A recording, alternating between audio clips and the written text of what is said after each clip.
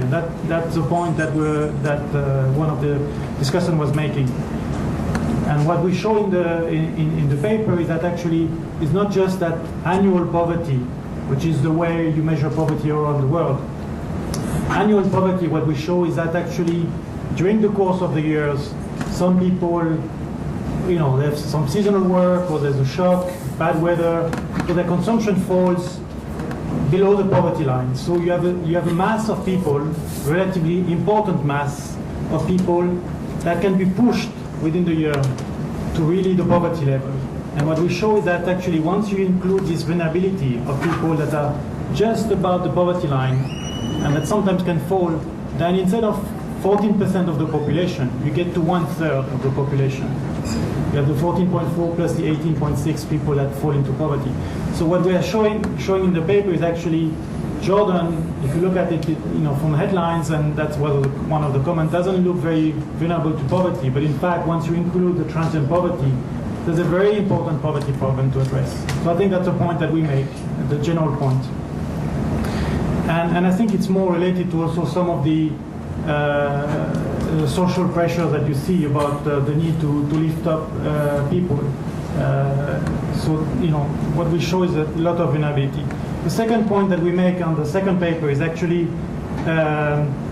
that if you have poverty estimates that are done every 4 or 5 years, the last one that we have is 2010. You don't know the government is doing reforms, lifting subsidies. The Syrian refugees are coming in. You don't know if the government is introducing poverty alleviation measures or fiscal policy. Is this helping the government to really lift people out of poverty? Is the impact really significant or not? And what the work we've done actually is at the state of the research. We're pushing the envelope. This is really new work straight from academic work. And we're able to estimate really higher frequency estimate of poverty. And the illustration is that it's very useful to get very quick feedback in terms of how policy is working, or do we need to change them and do different policies. So I think that's what we're showing with these two papers.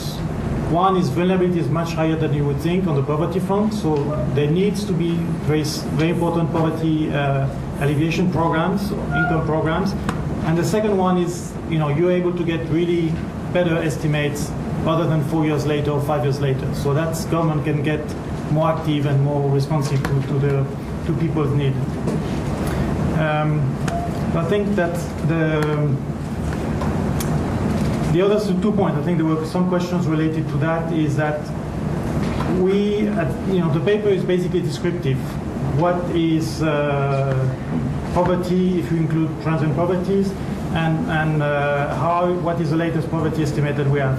We're not giving out plans in terms of how to lift people out of poverty, what will be the strategy. I mean, we're not, we're just trying to get the numbers and the facts right. So I think this is, and we would have, we have done some other work where we have poverty strategies, and we have some other papers about issues, but this is not, what we do here. Maybe Umar can, we want some translations, very quick summary.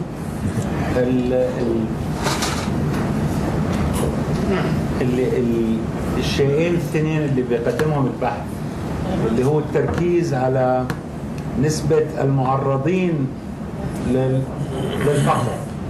مش ما بكفي فقط نحكي عن عدد الفقراء انه 14.4%، بل اوجد البحث انه في فترة من فترات بصير فيها عدد الفقراء بزيد ل 33%، وهذا بحد ذاته انجاز. يعني ركز، لانه احنا اعتقادنا انه 14.4 حتى كباحثين بنحكي 14.4%، فهذا انجاز بحد ذاته انه ثلث السكان في فترة ممكن يصيروا كلهم فقراء. الانجاز الاخر اللي بسويه البحث انه هو ببين انه هل هالسياسة، يعني القرار اللي اخذته الحكومة، هل يزيد من الفقر، او بيعطينا اداة لقياس انه هل هذا يزيد من الفقر، يقلل من الفقر، او لا يؤثر في الفقر. يعني بقول الحكومة بدها تنتقل من الدعم، نظام الدعم السابق للدعم النقدي. النموذج اللي صار وهو نموذج اكاديمي من العالم الاكاديمي اخذ، على فكرة هو أول بلد في العالم يطبق فيها. واحد الأسباب تستغربوا بإضافة هاي مش ترجمة، أحد الأسباب تستغربوا اللي هو جودة الداتا اللي عندنا من المسح، جودة المعلومات والأرقام اللي موجودة. فعندنا الآلية هيك إنه نقيس إنه هل سياسة الحكومة تؤدي المزيد من الفقر، تقلل من الفقر، وكيف ممكن نحسنها. يعني بالسلايدين الأخيرات كان لما نقل الدعم من الربع الثاني للربع الثالث كان الأثر على الفقر أفضل. Okay. So I just wanted to give sorry. وليس الهدف من البحث، ليس الهدف من هذا البحث، شوف يا اخوان، لا نستطيع ان نطلب من كل بحث ان يحل كل المشاكل لانه لا يكون بحث علمي، يجب ان يكون مركز، يجب ان يكون، فهذا البحث هدفه هو الهدفين اللي حكيتهم، وليس وضع خطة لمحاربة الفقر في الأردن، لأنه هذيك بعدها بدها أبحاث ودراسات تختلف بشكل كبير عن البحث الحالي. Yes, again, just to reinforce something that Dr. Mansoor said, this work was really more about looking at poverty in a different way, not going beyond just the poverty rate. So we haven't been very thoughtful about policy so far. But I still want to answer a few questions, and I'll be very quick. The lady there expressed some concerns about the figures, poverty falling and all that. And to that I can tell you two things, that we combine macro and micro data. So I am going by the data that is produced, and in some cases, so the way we compare poverty across two periods is by looking at your expenditure levels and adjust it for inflation, because otherwise you can't compare it. But in our work we have also taken inflation out of the picture in this imputation that we do to predict poverty. We also see what is people's assets and those things, and that also shows an increase. Now I still don't want to dispute what you are saying, but I think a lot of what you are saying, because we hear it in country after country, Eric knows this better than I do, I think this feeling of angst also comes from perceptions of rising inequality. Because and there's the whole Piketty book on this also. And let me give you an example. Say there are two people, my income goes up by 50%, your income goes up by 50%.